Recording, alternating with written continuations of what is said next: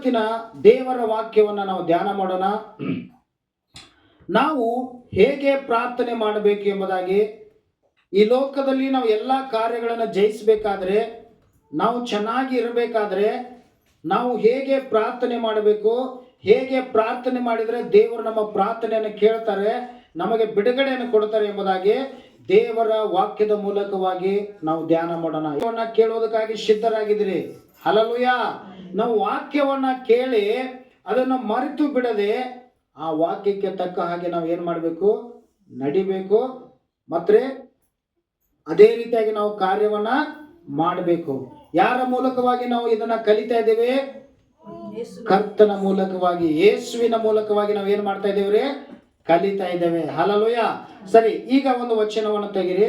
ಆ ಮತ್ತಾಯ ಬರೆದ ಸುವಾರ್ತೆ 26ನೇ ಅಧ್ಯಾಯ 40ನೇ ವಚನವನ್ನ ಯಾರಾದರೂ ಒಬ್ಬರು.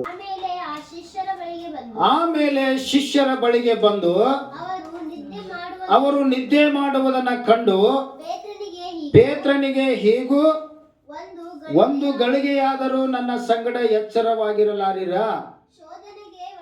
ಶೋಧನೆಗೆ ಒಳಗಾಗದಂತೆ ಎಚ್ಚರವಾಗಿದ್ದುಕೊಂಡು ಏನ್ ಮಾಡ್ರಿ? ಪ್ರಾರ್ಥಿಸಿರಿ. ಮುಂದೆ ಮನಸ್ಸು ಸಿದ್ಧವಾಗಿದೆ ಸರಿ, ಆದರೆ ದೇಹಕ್ಕೆ ಬಲ ಸಾಲದು ಎಂದು ಹೇಳಿದನು. ಹಲ್ಲೆಲೂಯಾ. ನೋಡ್ರಿ, ಶೋಧನೆಗೆ ಒಳಗಾಗದಂತೆ ಎಚ್ಚರವಾಗಿದ್ದುಕೊಂಡು ಏನ್ ಮಾಡ್ರಿ? ಪ್ರಾರ್ಥನೆ ಮಾಡ್ರಿ. ಎಷ್ಟು ಸಮಯ ಪ್ರಾರ್ಥನೆ ಮಾಡ್ಬೇಕಂತ ಕೇಳ್ತಾ ಇದಾರಲ್ಲಿ? ಒಂದು ಗಳಿಗೆ. ಹಲ್ಲೆಲೂಯಾ. ನೋಡ್ರಿ, ಶೋಧನೆ, ಆ ಶೋಧನೆಗೆ ನಾವು ಒಳಗಾಗಬಾರ್ದತ್ತಂದ್ರೆ, ಆ ಶೋಧನೆಯಲ್ಲಿ ನಾವು ಬಿದ್ದು ಹೋಗಬಾರ್ದತ್ತಂದ್ರೆ, ಆ ಶೋಧನೆಯನ್ನು ನಾವು ಜಯಿಸ್ಬೇಕಂದ್ರೆ ನಾವು ಏನ್ ಮಾಡ್ಬೇಕಂತ್ರಿ? ಪ್ರಾರ್ಥಿಸ್ಬೇಕಂತ. ಎಚ್ಚರವಾಗಿರತ್ತೇಳಿ ಯಾರಿಗೆ ಹೇಳ್ತಾರ್ರಿ? ಎಚ್ಚರವಾಗಿರತ್ತೇಳಿ ಯಾರಿಗೆ ಹೇಳ್ತಾರ್ರಿ? ಹಲ್ಲೆಲೂಯಾ. ಈಗ ನೋಡ್ರಿ, ಕೆಲವೊಬ್ರು ಯಾವಾಗಲೂ ನಿದ್ದೆನ ಮಾಡ್ತಿರ್ತಾರ್ರಿ. ಏನ್ ಮಾಡ್ತಿರ್ತಾರ್ರಿ? ನಿದ್ದೆ ಮಾಡ್ತಿರ್ತಾರ. ಅಂತವ್ರಿಗೆ ನೀವೆಲ್ಲಾದ್ರೂ ಮನೆ ಬಿಟ್ಟು ಹೊರಗಡೆ ಹೋಗುವಾಗ ಅಂತವ್ರಿಗೆ ಏನ್ ಹೇಳ್ತೀರಿ ನೀವು? ಹಗಲ ರಾತ್ರಿ ಬರೀ ನಿದ್ರೆನ ಮಾಡಬೇಡ, ಏನ್ ಮಾಡು? ಎಚ್ಚರವಾಗಿದ್ದುಕೊಂಡು ಸ್ವಲ್ಪ ಎಲ್ಲಾ ಕಡೆ ಏನ್ ಮಾಡು? ನೋಡ್ತಾ ಇರ. ಹಲ್ಲೆಲೂಯಾ. ನೋಡ್ರಿ, ಎಚ್ಚರವಾಗಿರುವಂತೇಳಿ ನಿದ್ರೆ ಮಾಡುವವರಿಗೆ ಎಚ್ಚರವಾಗಿರುವಂತ ಹೇಳ್ತಾರೆ. ಆದ್ರೆ ಕರ್ತನು ನಮಗೆ ಹೇಳುವಂತದ್ದು ಏನಂದ್ರೆ, ನೀವು ಶೋಧನೆಗೆ ಒಳಗಾಗಬಾರ್ದಂದ್ರೆ ನೀವು ಶಾರೀರಿಕವಾಗಿಯೂ ಎಚ್ಚರವಾಗಿರ್ಬೇಕು, ಆತ್ಮಿಕವಾಗಿಯೂ ನಾವು ಏನಾಗಬೇಕು? ಎಚ್ಚರವಾಗಿರ್ಬೇಕು. ಹಲ್ಲೆಲೂಯಾ. ಎರಡು ವಿಧವಾಗಿ ನಾವು ಏನಾಗಿರ್ಬೇಕ್ರಿ? ಒಂದು ಯಾವ್ದ್ರಿ? ಶಾರೀರಿಕವಾಗಿ, ಮತ್ತೆ ಇನ್ನೊಂದು ಯಾವ್ದ್ರಿ? ಆತ್ಮಿಕವಾಗಿ. ನಮಗೆ ಶೋಧನೆ ತರವ್ರು ಯಾರ್ರಿ? ಯಾರು ಶೋಧನೆ ತರ್ತಾರ್ರಿ? ಸೈತಾನನು. ಹಲ್ಲೆಲೂಯಾ. ಅವನು ಸುಮ್ಮನೆ ಬಿಡಂಗಿಲ್ಲ. ಅವನು ಯಾವಾಗಲೂ ನಿಮ್ಮನ್ನು ಏನ್ ಮಾಡ್ತಾ ಇರ್ತಾನ? ಕಾಡ್ತಾ ಇರ್ತಾನ. ಹಲ್ಲೆಲೂಯಾ.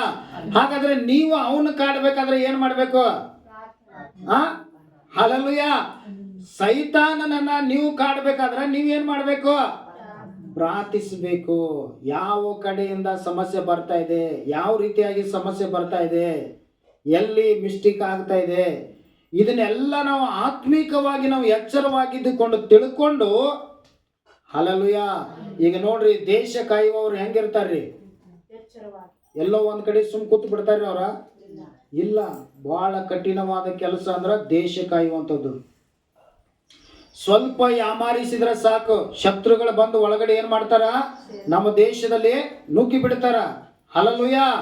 ಅದಕ್ಕಾಗಿ ಅವ್ರು ನೋಡ್ರಿ, ಯಾವಾಗಲೂ ಕೈಯಲ್ಲಿ ಗನ್ ಹಿಡ್ಕೊಂಡು ಕಿಸಿಂದ ಏನ್ ಮಾಡ್ತಾ ಇರ್ತಾರಂದ್ರ, ಅವ್ರ ದೃಷ್ಟಿ ಯಾವಾಗಲೂ ಅಂದ್ರೆ ಯಾರ ಮೇಲೆ ಇರ್ತೈತಿ? ಶತ್ರುಗಳ ಮೇಲೆ ಇರ್ತೈತಿ. ಅವ್ರು ನಿದ್ರೆ ಮಾಡಕ್ ಬರಂಗಿಲ್ಲ. ಹಲ್ಲೆಲೂಯಾ. ಅವ್ರು ಎಚ್ಚರವಾಗಿದ್ದುಕೊಂಡು ಏನ್ ಮಾಡ್ಬೇಕು? ದೇಶವನ್ನ ಕಾಯ್ಬೇಕು. ಹಾಗಾದರೆ ಪ್ರೀತಿಯುಳ್ಳ ದೇವರ ಮಕ್ಕಳೇ, ನಮ್ಮ ಕುಟುಂಬದಲ್ಲಿ ಬರ್ತಕ್ಕಂಥ ಸಮಸ್ಯೆಗಳು, ವ್ಯಾಧಿಗಳು, ಕಷ್ಟಗಳು, ಕಣ್ಣೀರುಗಳು, ಹೋರಾಟಗಳು, ಚಿಂತೆಗಳು, ದುಃಖಗಳು, ಇದೆಲ್ಲವನ್ನ ನಾವು ಜಯಿಸಬೇಕಾದ್ರೆ ಇದರ ಹಿಂದುಗಡೆ ಒಬ್ಬ ಯಾರಿದ್ದಾನಂದ್ರೆ ಒಬ್ಬ ವೈರಿ ಇದ್ದಾನೆ. ಆ ವೈರಿ ಏನ್ ಮಾಡ್ತಾನಂದ್ರೆ ನಮ್ಮ ನೆಮ್ಮದಿಯನ್ನ ಕೆಡಿಸ್ಬೇಕೆಂಬುದಾಗಿ ಅನೇಕ ಸಾರಿ ಆತನ ಏನ್ ಮಾಡ್ತಾನಂದ್ರೆ ಶೋಧನೆಗಳನ್ನ ತೆಗೆದುಕೊಂಡು ಬರ್ತಾನೆ. ಹಲ್ಲೆಲೂಯಾ. ಹಾಗಾದ್ರೆ ಆ ಶೋಧನೆಗಳನ್ನ ನಾವು ಜಯಿಸಬೇಕಾದ್ರೆ, ಅದನ್ನ ನಾವು ಮೆಟ್ಟಿ ನಿಲ್ಲಬೇಕಾದ್ರೆ ನಾವು ಏನು ಮಾಡಬೇಕಂದ್ರೆ ಕರ್ತನ ಬಳಿಯಲ್ಲಿ ನಾವು ಎಚ್ಚರವಾಗಿದ್ದುಕೊಂಡು ಯಾವಾಗಲೂ ಏನ್ ಮಾಡ್ತಾ ಇರಬೇಕು? ಪ್ರಾರ್ಥಿಸ್ತಾ ಇರಬೇಕು. ಅವಾಗ ಆ ಶೋಧನೆಗಳನ್ನು ನಾವು ಏನ್ ಮಾಡ್ತೀವಿ? ಜಯಿಸ್ತೀವಿ. ಇವತ್ತು ಬಹಳ ಜನ ಏನ್ ಮಾಡ್ತಾರಂದ್ರ, ಹಲ್ಲೆಲೂಯಾ, ಪ್ರಾರ್ಥಿಸುವುದಕ್ಕೆ ಬಲ ಇಲ್ಲದೆ ಏನ್ ಮಾಡ್ತಾರಂದ್ರ, ಇಲ್ಲಿ ನಾವು ನೋಡ್ತೇವೆ ಏನಂದ್ರ, ನೋಡ್ರಿ 41ನೇ ವಚನ ಓದ್ರಿ. ಶೋಧನೆಗೆ ಒಳಗಾಗದಂತೆ ಎಚ್ಚರವಾಗಿದ್ದು ಪ್ರಾರ್ಥಿಸಿರಿ. ಮನಸ್ಸು ಸಿದ್ಧವಾಗಿದೆ, ಸರಿ, ಆಮೇನ್. ಮನಸ್ಸು ಏನಾಗೈತಂದ್ರೆ ಎದಕ್ಕಾಗಿ ಸಿದ್ಧವಾಗಿದೆ? ಪ್ರಾರ್ಥಿಸುವುದಕ್ಕಾದ್ರೆ. ಆದ್ರೆ ದೇಹ ಏನ್ ಹೇಳ್ತೈತಿ? ದೇಹ ಏನ್ ಹೇಳ್ತೈತಿ? ಇನ್ನೂ ಸ್ವಲ್ಪ ಮನ್ಕೋ. ಆತ್ಮ ಏನ್ ಹೇಳ್ತಾ ಇದ್ದಾರೆ? ಎದ್ದು ಏನ್ ಮಾಡು? ಪ್ರಾರ್ಥಿಸು. ಆದ್ರೆ ದೇಹ ಏನ್ ಹೇಳ್ತಾ ಇದೆ? ಇಲ್ಲ ಇಲ್ಲ, ನಿನಗೆ ಬಲ ಇಲ್ಲ, ನೀ ಇನ್ನೂ ಸ್ವಲ್ಪ ಏನ್ ಮಾಡು? ನಿದ್ರೆ ಮಾಡು, ಇನ್ನೂ ಸ್ವಲ್ಪ ಏನ್ ಮಾಡು? ರೆಸ್ಟ್ ಮಾಡು. ಪ್ರಾರ್ಥನೆಯನ್ನು ಯಾವಾಗಲೂ ಮಾಡ್ಬೋದು, ನಾವು ಆಮೇಲೆ ಮಾಡ್ಬೋದು. ಪ್ರಾರ್ಥನೆ ಸಾಯಂಕಾಲ ಮಾಡ್ಬೋದು, ಮಧ್ಯಾಹ್ನದಲ್ಲಿ ಮಾಡ್ಬೋದು. ಆದ್ರೆ ಈಗ ಏನ್ ಮಾಡು? ರೆಸ್ಟ್ ಮಾಡು. ನಮಗೆ ಶತ್ರು ಬೇರೆ ಯಾರು ಅಲ್ಲ, ನಮ್ಮ ದೇಹನ ನಮಗೆ ಶತ್ರು ಆತ್ರಿ. ಹಲ್ಲೆಲೂಯಾ. ನೀವು ಪ್ರಾರ್ಥನೆ ಮಾಡದ ಹಾಗೆ ತಡೆ ಮಾಡ್ತಾ ಇರುವುದು ಯಾವುದಂತಂದ್ರೆ ನಿಮ್ಮ ದೇಹ. ನಿಮ್ಮ ಮನಸ್ಸು ಎಚ್ಚರವಾಗಿದೆ, ಮನಸ್ಸು ಸಿದ್ಧವಾಗಿದೆ, ಪ್ರಾರ್ಥಿಸಬೇಕನ್ನುವಂತ ಆಲೋಚನೆ ಇದೆ. ಆದರೆ ದೇಹ ಏನ್ ಮಾಡ್ತಾ ಇಲ್ಲ?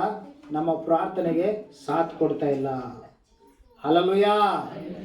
ದೇಹದಲ್ಲಿ ಏನಿದೆ ಅಂದ್ರೆ ಬಲಹೀನತೆ ಇದೆ ಅಂತ. ಏನಿದೆ ರೀ? ಬಲಹೀನತೆ ಇದೆ ಅಂತ. ಹಲ್ಲೆಲೂಯಾ. ಹಾಗಾದ್ರೆ ಬಲಹೀನತೆ ಐತಿ ಎಂಬುದಾಗಿ ನಾವು ಹಾಗೆ ಪ್ರಾರ್ಥನೆ ಬಿಟ್ಟು ಬಿಡಬೇಕ್ರಿ? ಬಲಹೀನತೆ ಐತೆ ಅಂತೇಳಿ ನಾವು ಪ್ರಾರ್ಥನೆ ಬಿಟ್ಟು ಬಿಡಬೇಕ್ರಿ? ಇಲ್ಲ. ಹಾಗಾದ್ರೆ ಏನ್ ಮಾಡ್ಬೇಕು? ನಾವು ಪ್ರಾರ್ಥನೆ ಮಾಡುವಾಗ ನಮಗೆ ಯಾರು ಬಲ ಕೊಡ್ತಾರತ್ರಿ? ಯಾರು ಬಲ ಕೊಡ್ತಾರತ್ರಿ? ನಾವು ಪ್ರಾರ್ಥನೆ ಮಾಡುವಾಗ ದೇವರ ಆತ್ಮನು ನಮಗೆ ಏನ್ ಮಾಡ್ತಾನತ್ರಿ? ಬಲ ಕೊಡ್ತಾನಂತ. ಹಲ್ಲೆಲೂಯಾ.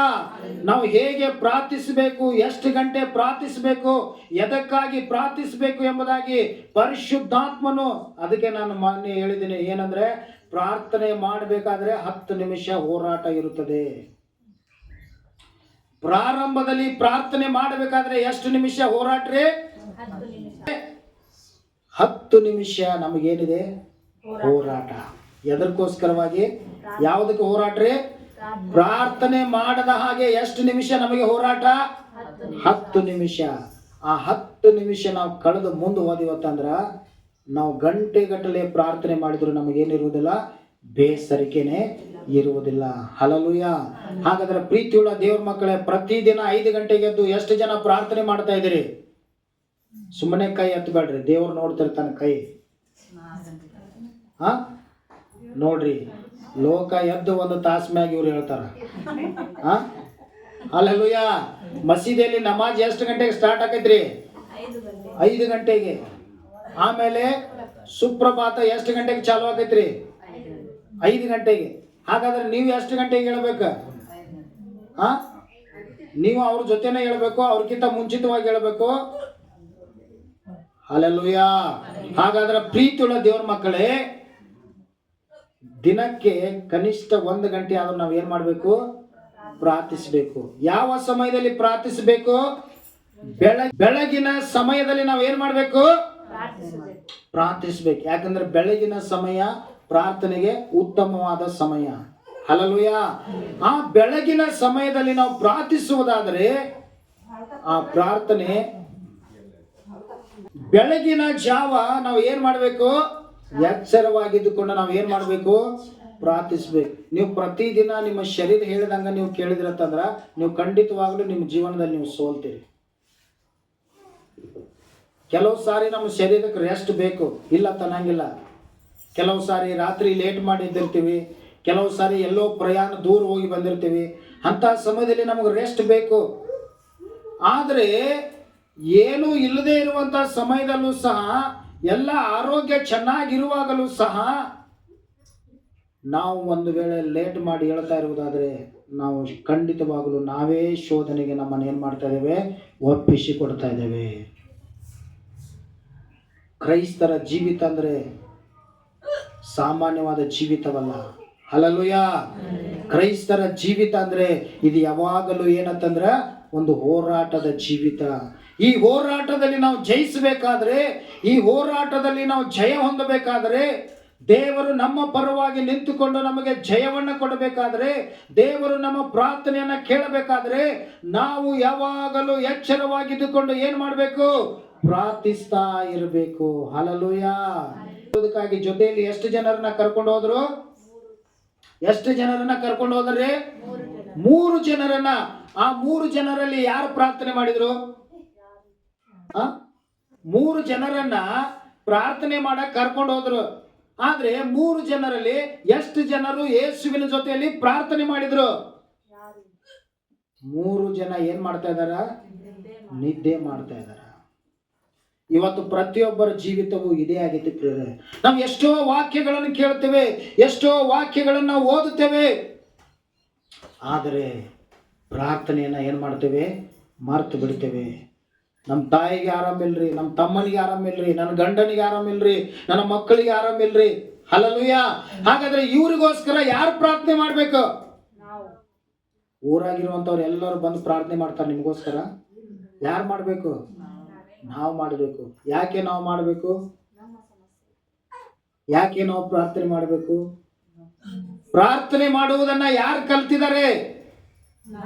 ನಾವು ಕಲ್ತಿದ್ದೇವೆ. ನಾವು ಅನ್ಬೇಡ್ರಿ, ಮತ್ತೆ ಗುಂಪಿನ ಗೋವಿಂದ. ಹಲ್ಲೆಲೂಯಾ. ಪ್ರಾರ್ಥನೆ ಮಾಡುವುದನ್ನ ಯಾರು ಕಲ್ತಿದ್ದಾರೆ? ನಾನು ಕಲ್ತಿದ್ದೇನೆ. ಹಾಗಾದ್ರೆ ಯಾರು ಪ್ರಾರ್ಥನೆ ಮಾಡಬೇಕು? ನಾನೇ ಪ್ರಾರ್ಥನೆ ಮಾಡಬೇಕು. ನಾನು ಪ್ರಾರ್ಥನೆ ಮಾಡಿದರೆ ನನ್ನ ಪ್ರಾರ್ಥನೆಯನ್ನ ಯಾರು ಕೇಳ್ತಾರೆ? ದೇವರು ಕೇಳ್ತಾರೆ. ಅವ್ರು ಪ್ರಾರ್ಥನೆ ಮಾಡ್ರಿ, ಇವ್ರು ಪ್ರಾರ್ಥನೆ ಮಾಡ್ರಿ, ಬೇರೆಯವ್ರ ಮ್ಯಾಗ ಹೇಳಿ ಕೈ ತೊಳ್ಕೊಂಡ್ಬಿಡುದು ಪಿಲಾತನ ಗತ್ಲೆ. ಬೇರೆಯವ್ರು ನಿಮಗೋಸ್ಕರ ಪ್ರಾರ್ಥನೆ ಮಾಡಲಿಲ್ಲ ಅಂದ್ರೆ ಅವ್ರು ಬೇರೆಯವ್ರಿಗೆ ಅವ್ರ ಸಮಸ್ಯೆನ ಅವ್ರಿಗೆ ಹೆಚ್ಚಾಗಿರ್ತಾವ. ಹಾಗಾದ್ರೆ ನಿಮಗೋಸ್ಕರ ಅವ್ರು ಯಾವಾಗ ಪ್ರಾರ್ಥನೆ ಮಾಡ್ತಾರ? ನೀವು ಹೇಳಿರ್ತೀರಿ ನಂಬಿಕೆಯಿಂದ ನನಗೋಸ್ಕರ ಪ್ರಾರ್ಥನೆ ಮಾಡ್ರಿ, ಬಟ್ ಅವ್ರು ಮಾಡ್ಯಾರೋ ಇಲ್ಲೋ ಯಾರಿಗೆ ಗೊತ್ತ? ಹಾಗಾದ್ರೆ ಎಚ್ಚರವಾಗಿದ್ದುಕೊಂಡು ಯಾರು ಪ್ರಾರ್ಥನೆ ಮಾಡಬೇಕು? ನಾವು ಪ್ರಾರ್ಥನೆ ಮಾಡಬೇಕು. ನಮ್ಮ ದೇಹಕ್ಕೆ ಸ್ವಲ್ಪ ಕೆಲಸ ಕೊಡ್ಬೇಕು ನಾವು. ಹಲ್ಲೆಲೂಯಾ. ನಮ್ಮ ದೇಹಕ್ಕೆ ನಾವು ಏನ್ ಮಾಡಬೇಕು? ಸ್ವಲ್ಪ ಕೆಲಸ ಕೊಡಬೇಕು. ಈ ಭೂಮಿ 5 ಗಂಟೆಗೆ ಅದಕ್ಕೆ ಎಚ್ಚರ ಆಗ್ತೈತೆ ಅತ್ರಿ.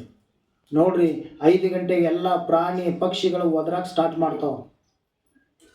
5 ಗಂಟೆಗೆ ಒಂದು ವೇಳೆ 5 ಗಂಟೆ ಮುಂದೆ ನಾವು ಎದ್ದಿವತ್ತಂದ್ರ ನಮ್ಮ ಶರೀರದಲ್ಲಿ ಅನೇಕ ರೋಗಗಳನ್ನು ನಾವು ತಗೊಂಡ್ಬರ್ತೀವತ್ತ. ಹಲ್ಲೆಲೂಯಾ. ಇವತ್ತು ನೋಡ್ರಿ, ಈ ಲೋಕದಲ್ಲಿ ಯಾರಾದ್ರೂ ಏನಾದ್ರೂ ಸಾಧನೆ ಮಾಡಿದಾರಂದ್ರ, ದೊಡ್ಡ ದೊಡ್ಡ ಸ್ಥಾನಕ್ಕೆ ಅವ್ರು ಹೋಗಿದ್ದಾರಂದ್ರ, ಅವ್ರು ದಿನಕ್ಕೆ 4 ಗಂಟೆ 5 ಗಂಟೆ ಅಷ್ಟ ನಿದ್ರೆ ಮಾಡ್ತಾರ. ಅವ್ರು ಉಳಿಕಿದ ಅವರ ಜೀವಿತವೆಲ್ಲ ಅವ್ರು ಏನಾಗಿರ್ತಾರ? ಎಚ್ಚರವಾಗಿರ್ತಾರೆ. ಹಲ್ಲೆಲೂಯಾ. ಹಾಗಾದ್ರೆ ನಾವು ಸಹ ನಮ್ಮ ಜೀವಿತದಲ್ಲಿ ಏನಾದರೂ ಸಾಧಿಸಬೇಕಾದ್ರೆ, ಬಿಡುಗಡೆಗಳನ್ನು ಹೊಂದಬೇಕಾದ್ರೆ, ಅದ್ಭುತಗಳನ್ನು ನಾವು ಕಾಣಬೇಕಾದ್ರೆ ನಾವು ಸಹ ಏನ್ ಮಾಡಬೇಕು? ಎಚ್ಚರವಾಗಿದ್ದುಕೊಂಡು ಪ್ರಾರ್ಥಿಸಬೇಕು. ನಾವು ಪ್ರಾರ್ಥಿಸುವಾಗ ಎದಕ್ಕೆ ಒಳಗಾಗುವುದಿಲ್ರಿ? ನಾವು ಶೋಧನೆಗೆ ಒಳಗಾಗುವುದಿಲ್ಲ. ನಾವು ಪ್ರಾರ್ಥಿಸುವುದಾದ್ರೆ ಏನನ್ನ ಜಯಿಸ್ತೇವೆ? ಸೈತಾನನು ನಮ್ಮ ಮೇಲೆ ತರ್ತಕ್ಕಂಥ ಶೋಧನೆಗಳನ್ನ ನಾವು ಏನ್ ಮಾಡ್ತೇವೆ? ಜಯಿಸ್ತೇವೆ. ಹಲ್ಲೆಲೂಯಾ. ಶೋಧನೆಗಳನ್ನ ನಾವು ಏನ್ ಮಾಡ್ತೇವೆ? ಜಯಿಸ್ತೇವೆ. ಸರಿ, ಎರಡನೇ ಸಂಗತಿಯನ್ನು ನಾವು ನೋಡಿಕೊಳ್ಳೋಣ. ಮೊದಲನೇದಾಗಿ, ನಾವು ಶೋಧನೆಗೆ ಒಳಗಾಗದಂತೆ ಎಚ್ಚರವಾಗಿದ್ದುಕೊಂಡು ನಾವು ಏನ್ ಮಾಡಬೇಕು? ಪ್ರಾರ್ಥಿಸಬೇಕು. ಎರಡನೇ ಸಂಗತಿಯನ್ನು ನಾವು ನೋಡಿಕೊಳ್ಳೋಣ. ಆದಿಕಾಂಡ 32ನೇ. ಒಬ್ಬಂಟಿಗರಾಗಿ ಮಧ್ಯರಾತ್ರಿಯಲ್ಲಿ ಎದ್ದುಕೊಂಡು ಎಷ್ಟು ಜನ ಪ್ರಾರ್ಥನೆ ಮಾಡಿದಿರಿ? ಬೆಳಗಿನ ಜಾವದಲ್ಲಿ ಎದ್ದು ಎಷ್ಟು ಜನ ಪ್ರಾರ್ಥನೆ ಮಾಡಿದಿರಿ? ಹಲ್ಲೆಲೂಯಾ. ಯೇಸು ಕ್ರಿಸ್ತನು ಹೇಗೆ ಪ್ರಾರ್ಥನೆ ಮಾಡಿದ್ರು? ಒಬ್ಬಂಟಿಗನಾಗಿ ಮುಂದೆ ಹೋಗಿ ಬೋರ್ಗಲ್ ಬಿದ್ದು ಏನ್ ಮಾಡಿದ್ರಂತ? ಪ್ರಾರ್ಥಿಸಿದರು.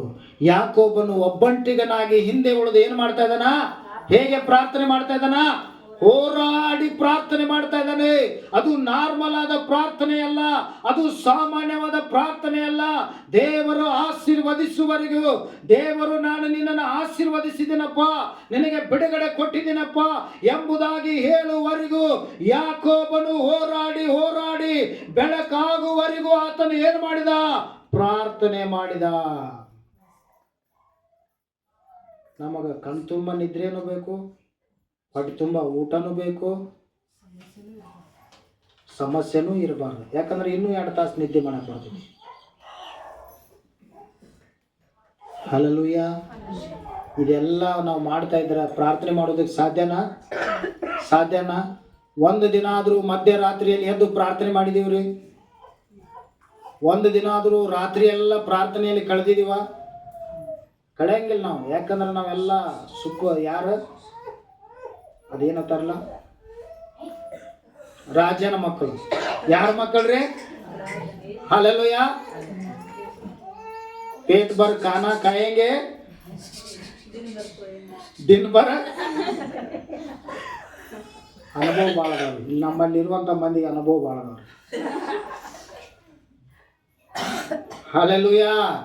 ಪ್ರೀತಿಯುಳ್ಳ ದೇವ್ರ ಮಕ್ಕಳೇ, ನಾವು ಅವಾಗವಾಗ ಒಬ್ಬಂಟಿಗರಾಗಿದ್ದುಕೊಂಡು ದೇವರ ಸನ್ನಿಧಾನದಲ್ಲಿ ಕುಳಿತುಕೊಂಡು ಹೋರಾಡಿ ನಾವೇನು ಮಾಡಬೇಕು?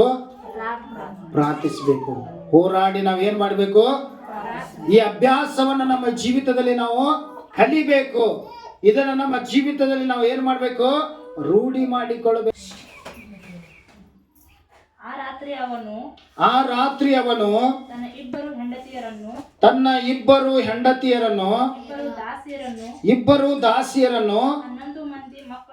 11 ಮಂದಿ ಮಕ್ಕಳನ್ನು ಕರೆದುಕೊಂಡು ಹೊಳೆಯನ್ನು ದಾಟುವ ಸ್ಥಳದಲ್ಲಿ ದಾಟಿದನು. ಅವರನ್ನು ತನ್ನ ಆಸ್ತಿ ಎಲ್ಲವನ್ನು ದಾಟಿಸಿದ ಮೇಲೆ ಯಾಕೋಬನು ಒಬ್ಬಂಟಿಗನಾಗಿ ಹಿಂದಕ್ಕೆ ನಿಂತಿರಲು ಯಾರೋ ಒಬ್ಬ ಪುರುಷನು ಆಮೇನ್. ನೋಡ್ರಿ, ಯಾಕೋಬನಿಗೆ ಎಷ್ಟು ಜನ ಹೆಂಡ್ರು? 4 ಜನ. ಎಷ್ಟು ಜನ? 2 ಜನ ಮಾಡಿಕೊಂಡ ಹೆಂಡ್ರು, 2 ಜನ ದಾಸಿಯರು. ಟೋಟಲ್ ಅವನಿಗೆ ಎಷ್ಟು ಜನ ಹೆಂಡ್ರು? 4 ಜನ. ಅವನಿಗೆ ಮಕ್ಕಳು ಎಷ್ಟ್ರಿ? 13 ಜನ. ಲೆಕ್ಕ ಇತ್ತನ್ರಿ? ಇಲ್ಲ. ಒಂದ ಗುಂಪಾದ್ರೆ ದೊಡ್ಡದಾಗತ್ತೆ ಅಂತೇಳಿ ಸಣ್ಣ ಸಣ್ಣ ಗುಂಪು ಮಾಡಿ ಒಂದ್ರ ಹಿಂದೆ ಒಂದು ಬಿಡ್ತಿದ್ದ ಅವನು. ಯಾರು? ಯಾಕೋಬ. ಅಲ್ಲಿ ನಡು ಒಂದು ಹೊಳೆ ಬಂತು. ಆ ಹೊಳೆಯನ್ನು ಏನು ಮಾಡಿದವ? ದಾಟಿಸಿದ. ಎಲ್ಲರನ್ನು ಏನು ಮಾಡಿದ? ಮುಂದೆ ಕಳಿಸಿದ, ದಾಟಿಸಿ. ಹಾಗಂದ್ರೆ ಯಾಕೋಬ್ ಏನ್ ಮಾಡ್ತಾ ಇದ್ದಾನೆ? ಹಿಂದ ಏನ್ ಮಾಡ್ತಾ ಇದ್ದಾನೆ? ಹಿಂದೆ ಉಳಿದವನು. ಹಲ್ಲೆಲೂಯಾ. ಒಬ್ಬಂಟಿಗನಾಗಿ ಎದಕ್ಕಾಗಿ ಉಳಿದ? ಪ್ರಾರ್ಥಿಸುವುದಕ್ಕಾಗಿ. ಒಬ್ಬಂಟಿಗನಾಗಿ ಎದಕ್ಕಾಗಿ ಉಳಿದ್ರಿ? ಪ್ರಾರ್ಥಿಸುವುದಕ್ಕಾಗಿ. ಒಬ್ಬರ ಎಷ್ಟು ಜನ ನೀವು ನಿಮ್ಮ ಮನೆಯಲ್ಲಿ ಪ್ರಾರ್ಥನೆ ಮಾಡ್ತೀರಿ ಒಬ್ಬಂಟಿಗರಾಗಿ? ಒಬ್ಬೊಬ್ಬರ ನಿಮ್ಮ ಮನೆಯಲ್ಲಿ ಪ್ರಾರ್ಥನೆ ಮಾಡ್ತೀರಿ ಇಲ್ರಿ? ಎಲ್ಲರೂ ಸೇರಿ ಪ್ರಾರ್ಥನೆ ಮಾಡ್ತೀರಾ? ಒಬ್ಬೊಬ್ಬರು ಪ್ರಾರ್ಥನೆ ಮಾಡ್ತೀರಾ? ಒಬ್ಬೊಬ್ಬರ ಮಾಡ್ಬೇಕು. ಯಾಕಂದ್ರೆ ನಮ್ಮ ಮನೆಯಾಗ ಎಲ್ಲರೂ ಎಲ್ಲಿ ನಂಬಿದಾರ? ಹಲ್ಲೆಲೂಯಾ. ನಂಬಿದವ್ರು ಇದ್ರೆ ಎಲ್ಲರೂ ಸೇರಿ ಪ್ರಾರ್ಥನೆ ಮಾಡಬೇಕು. ಬಟ್ ಒಳ್ಳೇದೇ, ಕುಟುಂಬ ಪ್ರಾರ್ಥನೆ ಸಾಯಂಕಾಲ ಎಲ್ಲರೂ ಸೇರಿ ಮಾಡ್ತಾರೆ. ಆದರೆ ನಮ್ಮ ಜೀವಿತದಲ್ಲಿ ನಾವು ಒಬ್ಬಂಟಿಗರಾಗಿದ್ದುಕೊಂಡು ದೇವರ ಜೊತೆಯಲ್ಲಿ ಪ್ರಾರ್ಥನೆ ಮಾಡುವುದನ್ನು ನಾವು ಕಲಿಬೇಕು.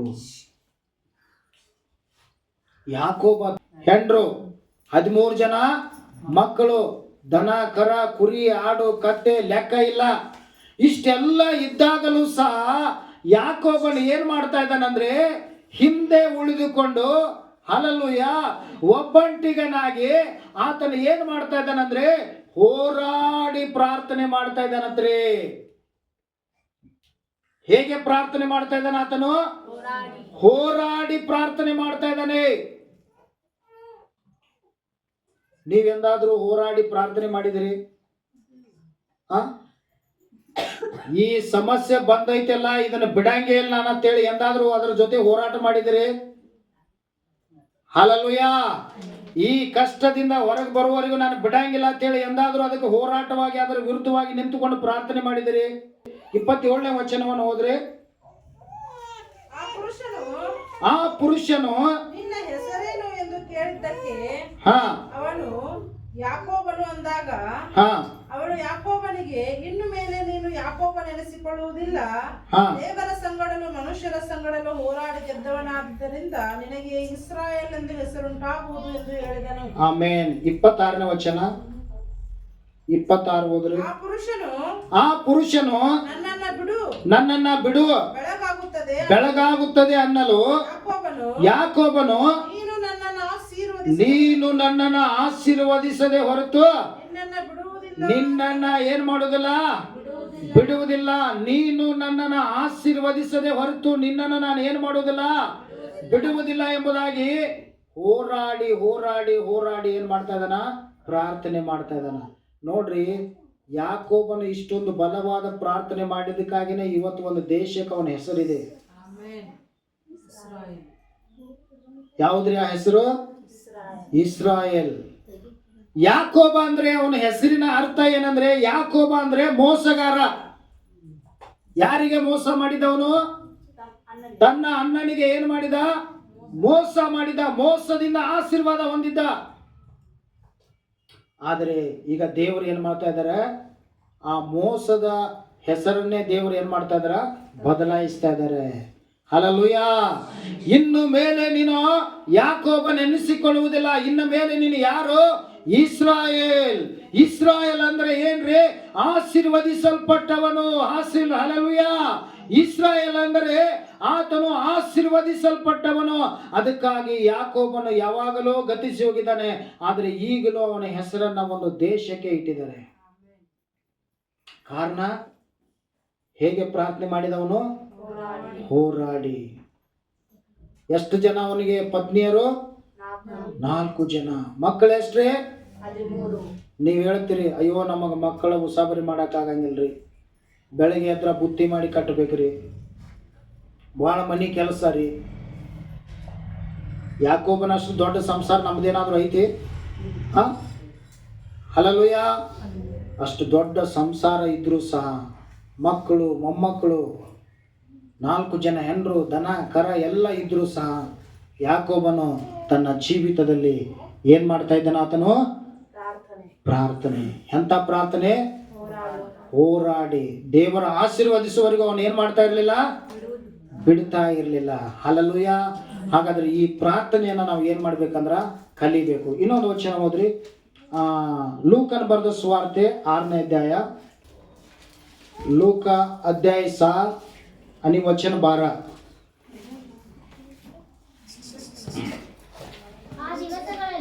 ಆ ದಿವಸಗಳಲ್ಲಿ ಆತನು ಪ್ರಾರ್ಥನೆ ಮಾಡುವುದಕ್ಕಾಗಿ ಬೆಟ್ಟಕ್ಕೆ ಹೋಗಿ ರಾತ್ರಿಯನ್ನೆಲ್ಲ ಏನ್ ಮಾಡಿದನ್ರಿ? ಪ್ರಾರ್ಥನೆಯಲ್ಲೇ ಕಳೆದನು. ಆಮೇನ್. ಆ ದಿನದಲ್ಲಿ ಬೆಟ್ಟಕ್ಕೆ ಹೋಗಿ ರಾತ್ರಿಯನ್ನೆಲ್ಲ ಎಲ್ಲಿ ಕಳೆದನ್ರಿ? ಪ್ರಾರ್ಥನೆಯಲ್ಲೇ ಕಳೆದನು. ಯಾರು ಈ ಪ್ರಾರ್ಥನೆ ಮಾಡಿದ? ಯಾರು? ಕರ್ತನಾದ ಯೇಸು ಕ್ರಿಸ್ತನು. ಅದಕ್ಕೆ ನೋಡ್ರಿ, ಮಧ್ಯರಾತ್ರಿಯಲ್ಲಿ ಎದ್ದು ಪ್ರಾರ್ಥನೆ ಮಾಡುವುದನ್ನ ಕಲಿಬೇಕು. ಒಂದೊಂದು ದಿನ ರಾತ್ರಿ ಎಲ್ಲ ಉಪವಾಸವಾಗಿದ್ದುಕೊಂಡು ದೇವರ ಸನ್ನಿಧಾನದಲ್ಲಿದ್ದು ಪ್ರಾರ್ಥನೆ ಮಾಡುವುದನ್ನ ನಾವು ಏನ್ ಮಾಡಬೇಕು? ಕಲಿಬೇಕು. ಯೇಸು ಕ್ರಿಸ್ತನು ಆ ದಿನಗಳಲ್ಲಿ ಬೆಟ್ಟಕ್ಕೆ ಹೋಗಿ ಏನ್ ಮಾಡ್ತಾ ಇದ್ರು? ಒಬ್ಬಂಟಿಗರಾಗಿದ್ದು ಇಡೀ ರಾತ್ರಿ ಎಲ್ಲ ಎಲ್ಲಿ ಕಳೀತಾ ಇದ್ರು? ಅವರು ಪ್ರಾರ್ಥನೆಯಲ್ಲೇ ಕಳೀತಾ ಇದ್ರು. ಹಾಗಾದ್ರೆ ನಾವು ಒಂದು ದಿನ ಆದರೂ, ಹಲ್ಲೆಲೂಯಾ, ಸಮಸ್ಯೆಗಳು ಇದ್ದಾಗಾದರೂ ರಾತ್ರಿ ಎದ್ದು, ಅಥವಾ ಒಂದು ದಿನ ಸಾಯಂಕಾಲ ಊಟ ಬಿಟ್ಟು ಇಡೀ ರಾತ್ರಿ ಎಲ್ಲ ಪ್ರಾರ್ಥನೆ, ಇಲ್ಲ ಮಧ್ಯರಾತ್ರಿವರೆಗೂ ಪ್ರಾರ್ಥನೆ, ಇಲ್ಲ ಮಧ್ಯರಾತ್ರಿಯಲ್ಲಿ ಎದ್ದು ಪ್ರಾರ್ಥನೆ ಎಂದಾದ್ರೂ ಮಾಡಿದೀವ್ರಿ? ಅಂತ ಅನುಭವ ನಮಗಿದಾವ? ನಿನ್ನ ನೀತಿ ವಿಧಿಗಳಿಗೋಸ್ಕರ ನಿನ್ನನ್ನು ಕೊಂಡಾಡಲು ಆಮೇನ್. ಹಲ್ಲೆಲೂಯಾ. ಎಲ್ಲರೂ ಇಲ್ಲೇ ಇದ್ದೀರಿ? ಹಲ್ಲೆಲೂಯಾ. ಜೋರ್ಸೆ ಬೋಲೋ ಹಲ್ಲೆಲೂಯಾ. ಸಾವಕಾಶ ಬೋಲೋ ಹಲ್ಲೆಲೂಯಾ.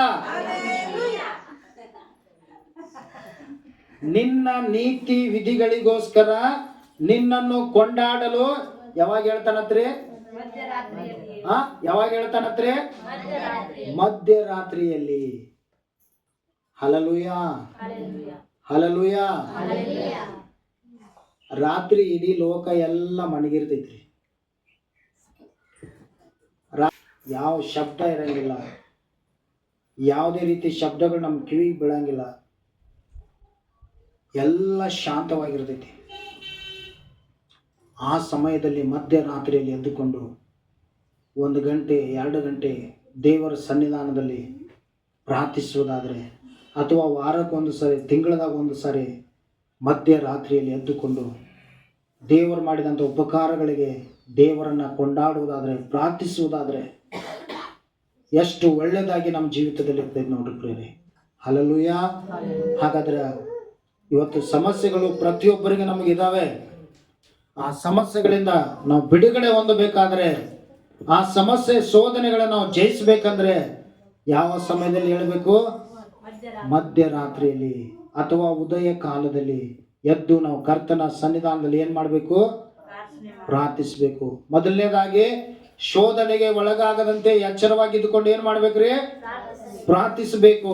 ಎರಡನೇದಾಗಿ ಹೋರಾಡಿ ಪ್ರಾರ್ಥಿಸಬೇಕು. ದೇವರ ಆಶೀರ್ವಾದ ಕೊಡುವವರೆಗೂ ನಾವು ಏನ್ ಮಾಡ್ತಾ ಇರ್ಬೇಕು? ಹೋರಾಡಿ ಪ್ರಾರ್ಥಿಸಬೇಕು. ಯಾರಂಗ ಪ್ರಾರ್ಥಿಸಬೇಕು? ಯಾಕೋಬನ ಹಾಗೆ. ಹಲ್ಲೆಲೂಯಾ. ಸರಿ, ಎಲ್ಲರ ಕಣ್ಣು ಮುಚ್ಚಿ ಪ್ರಾರ್ಥನೆ ಮಾಡೋಣ. ಕೇಳಿದಂತ ವಾಕ್ಯಕ್ಕಾಗಿ ಎಲ್ಲರ ಕಣ್ಣು ಮುಚ್ಚಿ ಪ್ರಾರ್ಥನೆ ಮಾಡಿಕೊಳ್ಳೋಣ. ಸ್ತೋತ್ರವಾಗಲಿ ಅಪ್ಪ. ತಂದೆಯಾದ ದೇವರೇ ನಿಮಗೆ ಸ್ತೋತ್ರವಾಗಲಿ. ರಕ್ಷಕನೇ ನಿಮಗೆ ಸ್ತೋತ್ರವಾಗಲಿ. ಕರ್ತನೇ ನಿಮಗೆ ಸ್ತೋತ್ರವಾಗಲಿ. ರಾಜ ಅಪ್ಪ, ಹೋರಾಡಿ ಪ್ರಾರ್ಥಿಸಬೇಕು. ಶೋಧನೆಗೆ ಒಳಗಾಗದಂತೆ ಎಚ್ಚರವಾಗಿದ್ದುಕೊಂಡು ಪ್ರಾರ್ಥಿಸಬೇಕು ಕರ್ತನೆ. ಅಪ್ಪ, ಪ್ರಾರ್ಥನೆ ಮಾಡುವುದನ್ನ ನಿನ್ನ ಶಿಷ್ಯರಿಗೆ ಕಲಿಸಿಕೊಟ್ಟ ಹಾಗೆ ನಮಗೂ ಸಹ ಕಲಿಸಿಕೊಡು ಕರ್ತನೆ. ಸೈತಾನನು ನನಗೆ ತರತಕ್ಕಂಥ ಎಲ್ಲ ಶೋಧನೆಗಳನ್ನು ಜಯಿಸುವಂತ ಪ್ರಾರ್ಥನೆಯನ್ನು ನನಗೆ ಕಲಿಸಿಕೊಡು. ಯಾಕೋಬನು ಹೊಂದಿಕೊಂಡಂತ ಆಶೀರ್ವಾದವನ್ನು ಹೊಂದಿಕೊಳ್ಳುವುದಕ್ಕಾಗಿ ಯೇಸುವೆ ಹೋರಾಡಿ ಪ್ರಾರ್ಥಿಸುವುದಕ್ಕೆ ನನಗೆ ಸಹಾಯ ಮಾಡು ಅಪ್ಪ. ಎಷ್ಟೋ ಸಾರಿ ಪ್ರಾರ್ಥನೆ ಇಲ್ಲದೆ ನನ್ನ ಜೀವಿತ ವ್ಯರ್ಥವಾಗಿ ಹೋಗಿದೆ ಕರ್ತನೆ. ಅಪ್ಪ, ಪ್ರಾರ್ಥನೆ ಮಾಡುವುದನ್ನ ನೀತನ ಕಲಿಸಿಕೊಡು ಕರ್ತನೆ. ನಿನಗೆ ಸ್ತೋತ್ರ. ಇವತ್ತು ವಾಕ್ಯ ಕೇಳಿದಂತ ಮಕ್ಕಳನ್ನ ಆಶೀರ್ವಾದ ಮಾಡ್ರಿ. ಅವರಲ್ಲಿ ಒಂದು ದೊಡ್ಡ ಬದಲಾವಣೆ ಬರುವಂತೆ ಸಹಾಯ ಮಾಡ್ರಿ ದೇವರೇ. ಮಧ್ಯರಾತ್ರಿಯಲ್ಲಿ ಎದ್ದುಕೊಂಡು, ಉದಯ ಕಾಲದಲ್ಲಿ ಎದ್ದುಕೊಂಡು ಶೋಧನೆಗೆ ಒಳಗಾಗದಂತೆ ದೇವರೇ ಎಚ್ಚರವಾಗಿದ್ದುಕೊಂಡು ಒಂದೊಂದು ದಿನವನ್ನ ಪ್ರಾರ್ಥನೆಯಿಂದಲೇ ಆರಂಭ ಮಾಡಿ ಪ್ರಾರ್ಥನೆಯಿಂದಲೇ ಅದನ್ನು ಮುಕ್ತಾಯಗೊಳಿಸ್ಲಿಕ್ಕಾಗೋದು ನಿನ್ನ ಸಹಾಯ ಮಾಡು ಅಪ್ಪ. ನೀತನ ಆಶೀರ್ವಾದ ಮಾಡು. ನಿನ್ನ ಕೃಪೆಯಿಂದ ತುಂಬಿಸಪ್ಪ. ನಿನಗೆ ಸ್ತೋತ್ರ. ಯೇಸುವಿನ ನಾಮದಲ್ಲಿ ಪ್ರಾರ್ಥಿಸಿ ಬೇಡುತ್ತೇವೆ ಪರಲೋಕದ ಸ್ವರ್ಗೀಯ ತಂದೆಯೇ. ಆಮೇನ್, ಆಮೇನ್.